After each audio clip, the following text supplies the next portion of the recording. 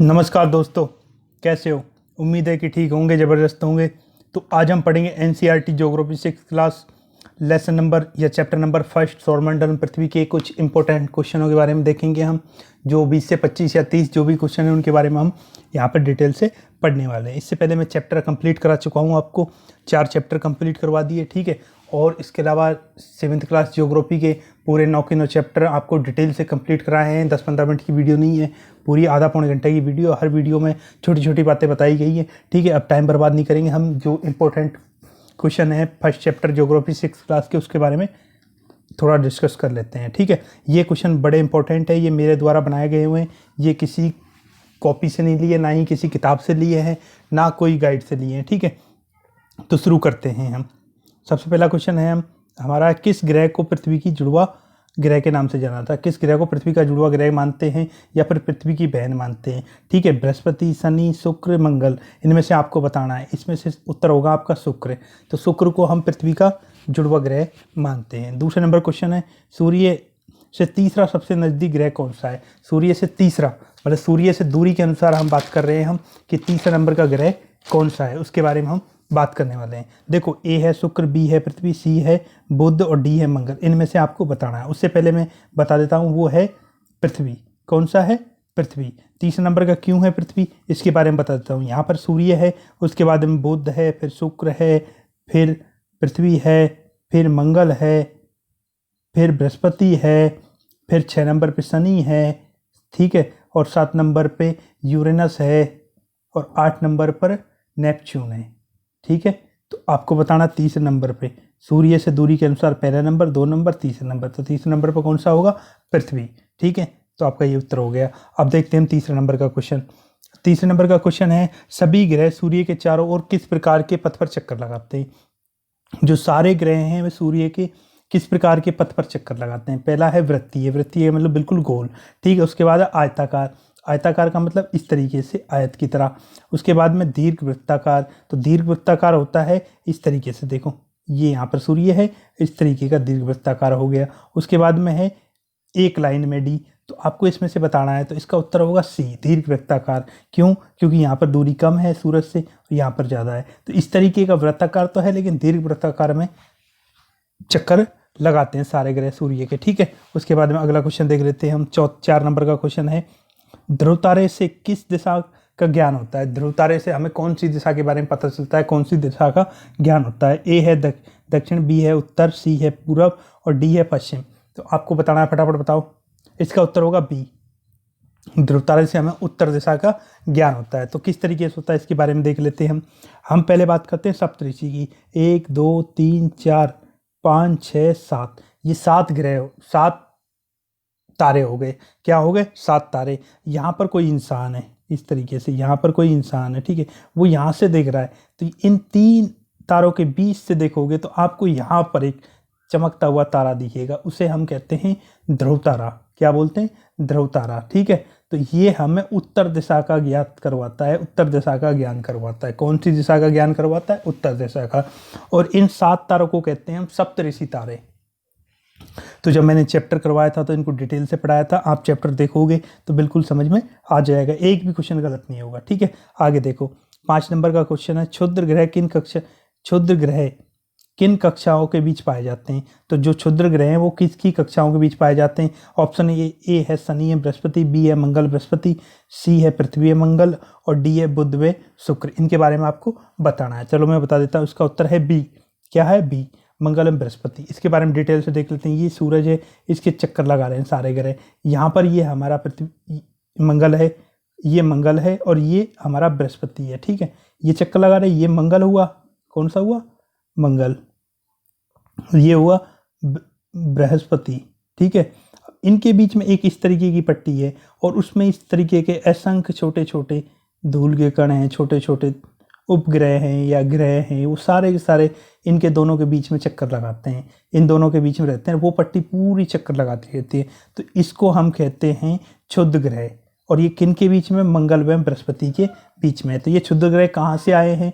ये इन्हीं ग्रहों के टूटे हुए भाग हैं, जो टूट जाते हैं, वो भी इनके साथ साथ में चक्कर लगा रहे हैं, ठीक है। अगला क्वेश्चन देखते हैं हम। 6 नंबर का क्वेश्चन है हमारा, पृथ्वी के आसपास कौन से ग्रह हैं या दोनों तरफ। तो अभी हमने ग्रह देखे थे पूरे, दोबारा देख लेते हैं। ये सूरज है, उसके बाद बुध है, फिर शुक्र है, फिर पृथ्वी है, फिर मंगल है, ठीक है। उसके बाद बृहस्पति है, फिर शनि है, फिर यूरेनस है, फिर नेपच्यून है। ये हो गए। तो ये कौन सा हो गया, बुध हो गया, ये शुक्र हो गया, ये पृथ्वी हो गई, ये हो गया मंगल हो गया, ठीक है। अब ये पूछ रहा है कि पृथ्वी के आसपास कौन से ग्रह दोनों तरफ। तो आसपास ये पृथ्वी है, इसके आसपास एक तो शुक्र है और एक मंगल है। तो दोनों साइड कौन से हुए, शुक्र और मंगल। तो शुक्र और मंगल, इसका उत्तर हो जाएगा बी, ठीक है। आगे देखो, खगोलीय पिंड किसे कहते हैं।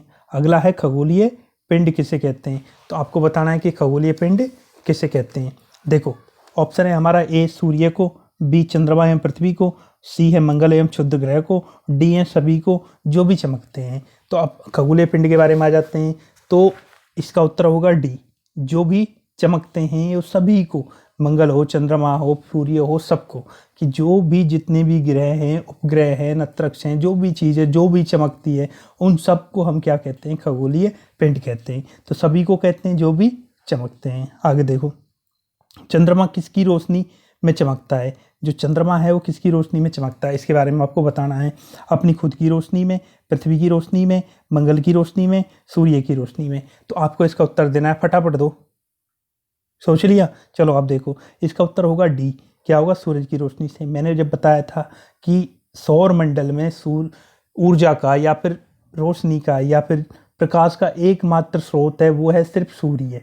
बाकी के जितने भी ग्रह हैं, उपग्रह हैं, नक्षत्र हैं, जो भी चीज़ें, वो सारे चमकते हैं सूरज के प्रकाश से ही चमकते हैं या सूरज की रोशनी से ही चमकते हैं। तो चंद्रमा भी किसकी रोशनी से चमकता है, सूरज की रोशनी से चमकता है। अगला क्वेश्चन देखो, अगला क्वेश्चन है आपका 9 नंबर का, मंगल ग्रह पर कितने चंद्रमा हैं। तो मंगल ग्रह पर कितने चंद्रमा है, इसके बारे में बताना है। ऑप्शन ए है 1, 2, 3 या फिर कोई नहीं, इनसे बताना है आपको मंगल पर कितने चंद्रमा है। तो मैं बताता हूँ 2। तो चंद्रमा उपग्रह को ही चंद्रमा कहते हैं। तो मंगल पर कितने हैं, 2। चलो देख लेते हैं। अब पृथ्वी पर कितना है, 1, जिसका नाम क्या है, चांद, ठीक है।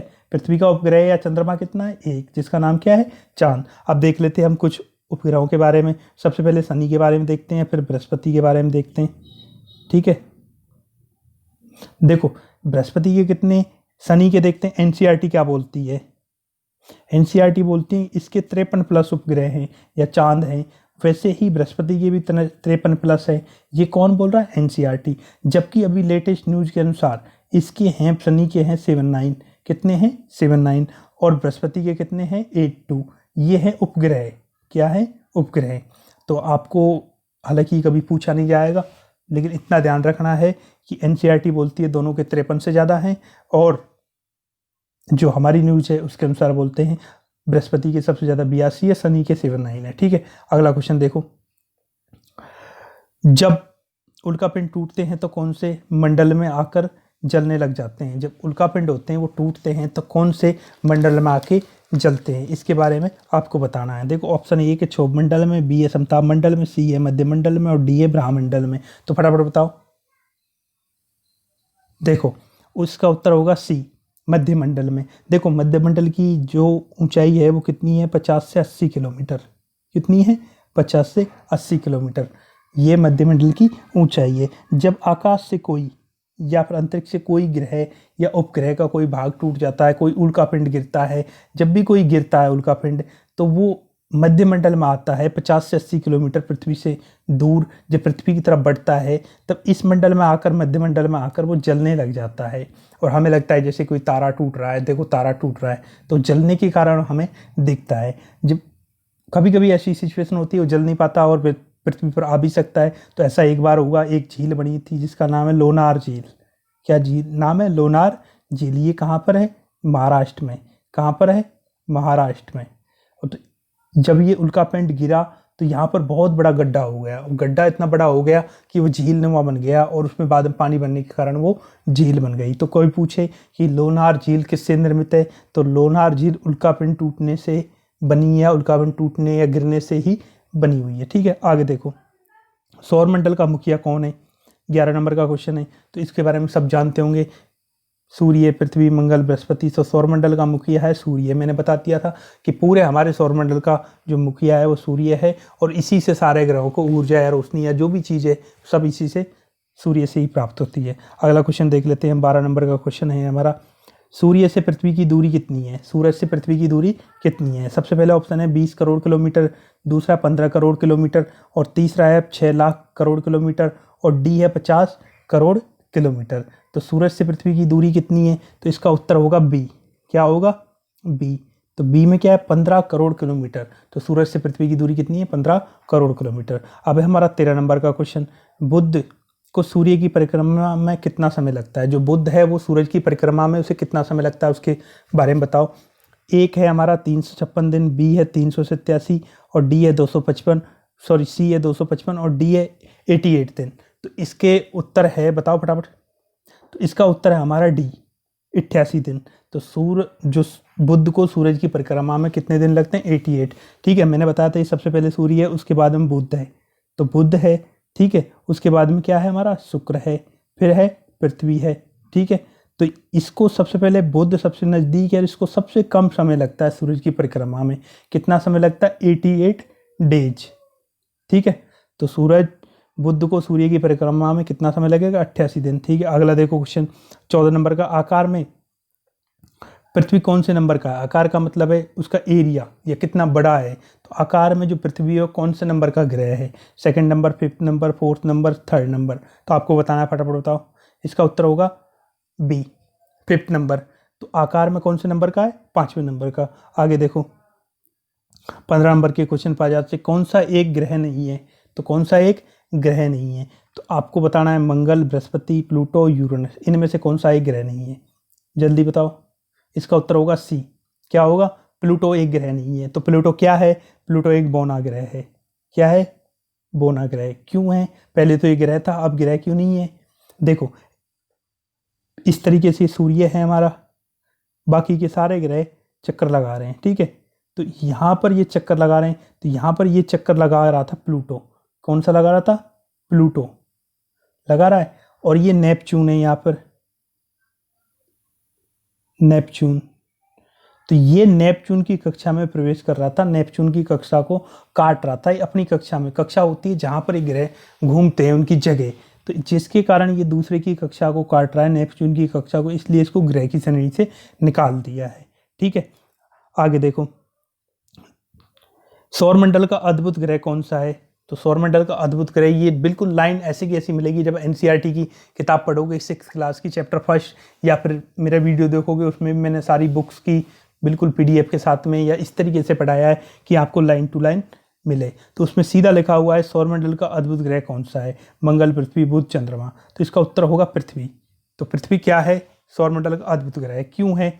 यहाँ पर पानी है, ऑक्सीजन है, और जीवन जीने की सारी अनुकूल दशाएं हैं, जिसलिए इसके कारण ही इसे सौरमंडल का अद्भुत ग्रह कहते हैं। ठीक है, आगे देखो 17 नंबर का क्वेश्चन है, चंद्रमा पृथ्वी का एक चक्कर कितने दिनों में पूरा करता है? जो चंद्रमा है वो पृथ्वी का एक चक्कर कितने दिनों में पूरा करता है? उससे पहले मैं देख लेता, उससे पहले मैं आपको ये चीज़, ये सूर्य है, ये सूर्य है, क्या है? सूर्य है। इसके इस तरीके से ये पृथ्वी है, ये चक्कर लगा रही है, ये क्या है? पृथ्वी है। अब इसके पृथ्वी के यहाँ पर इस तरीके से चक्कर लगा रहा है, ये चंद्रमा है। ठीक है, ये इस तरीके से ही चक्कर लगाता है, देख रहा है? पृथ्वी के चक्कर कौन लगाता है? चंद्रमा। जो पृथ्वी सूरज के चक्कर कितने दिन में लगाती है? 365 दिन में। और चंद्रमा पृथ्वी के कितने दिन में चक्कर लगाता है? 366, 27 दिन, 30 दिन या 255 दिन, इनमें से आपको बताना है। तो इसका सही उत्तर होगा 27 दिन। तो चंद्रमा पृथ्वी के कितने दिन में चक्कर लगाता है? 27 दिन में। ठीक है, आगे देखो, हमारा 18 नंबर का क्वेश्चन है, एडुसेट क्या है? तो एडुसेट क्या है? एक मानव निर्मित उपग्रह, एक क्षुद्र ग्रह, बृहस्पति का उपग्रह, एक खगोलीय पिंड। इसके बारे में आपको बताना है। तो एडुसेट है, इसका उत्तर होगा आपका ए। क्या होगा? एक मानव निर्मित उपग्रह। ये क्या है? मानव निर्मित उपग्रह है। ये एक दूसरा क्वेश्चन भी बन सकता है, ये किससे संबंधित है? ये शिक्षा या तकनीकी से संबंधित है। ठीक है, अब 2 क्वेश्चन बन गए इसके। एक है कि एडुसेट क्या है? मानव निर्मित उपग्रह। दूसरा है किससे संबंधित है? तो ये शिक्षा से संबंधित है। बस इतना ही याद रखना है, ज़्यादा डिटेल में नहीं जाना है। अगला क्वेश्चन है अपना 19 नंबर का, सबसे पहले चंद्रमा पर कौन और कब गया? तो सबसे पहले चंद्रमा पर कदम रखने वाला कौन था, या फिर सबसे पहले कौन चंद्रमा पर पहुंचा और कब गया वो? ठीक है, कौन और कब? तो ए है जॉर्ज विक्टर 1962, बी है राकेश शर्मा 1969, सी है नील आर्मस्ट्रॉन्ग 1969 और डी है सेरेना विलियम 1991। इनमें से आपको बताना है, फटाफट बताओ, शायद आता होगा। चलो मैं बताता हूँ, इसका उत्तर होगा सी। उत्तर क्या होगा? सी, नील आर्मस्ट्रॉन्ग 1969। ये गया था 21 जुलाई 1969 को। सबसे पहले चंद्रमा पर जाने वाला नील आर्मस्ट्रॉन्ग था। अब है 20 नंबर का क्वेश्चन और वो हमारा लास्ट क्वेश्चन है, ठीक है। इसके बारे में हम देख लेते हैं। प्रकाश की गति लगभग कितनी है? तो प्रकाश की गति कितनी है? 3 लाख किलोमीटर पर सेकंड, 10 लाख किलोमीटर पर सेकंड, 1 लाख किलोमीटर पर सेकंड या 70 लाख किलोमीटर पर सेकंड? इनमें से आपको फटाफट बताना है, बताओ। इसका उत्तर होगा ए। क्या होगा? ए, 3 लाख किलोमीटर पर सेकंड, ठीक है। तो ये सूरज है, ये पृथ्वी है, तो यहां से जो प्रकाश आता है वो 3 लाख किलोमीटर पर सेकंड की स्पीड से आ रहा है। कितनी स्पीड से आ रहा है? 3 लाख किलोमीटर पर सेकंड की। उसके बावजूद ये कितने समय में पहुंचता है? 8 मिनट में। तो इसकी दूरी कितनी हुई? 15 करोड़ किलोमीटर। ये मैंने पहले बता दिया था, पहले क्वेश्चन आया था कितनी दूरी थी? 15 करोड़ किलोमीटर। कितने समय में पहुंचता है? 8 मिनट में, ठीक है। और चाल क्या है? 3 लाख किलोमीटर पर सेकंड। तो ये हमारे कुछ इंपॉर्टेंट क्वेश्चन थे जो कि पहले चैप्टर के थे। उम्मीद है कि आपको पसंद आए होंगे। अब से आगे हर चैप्टर के क्वेश्चन बनाए जाएंगे और वो क्वेश्चन ना तो किसी किताब से होंगे, ना ही किसी और चीज़ से होंगे। सारे क्वेश्चन मेरे बनाए हुए होंगे, ठीक है। तो धन्यवाद।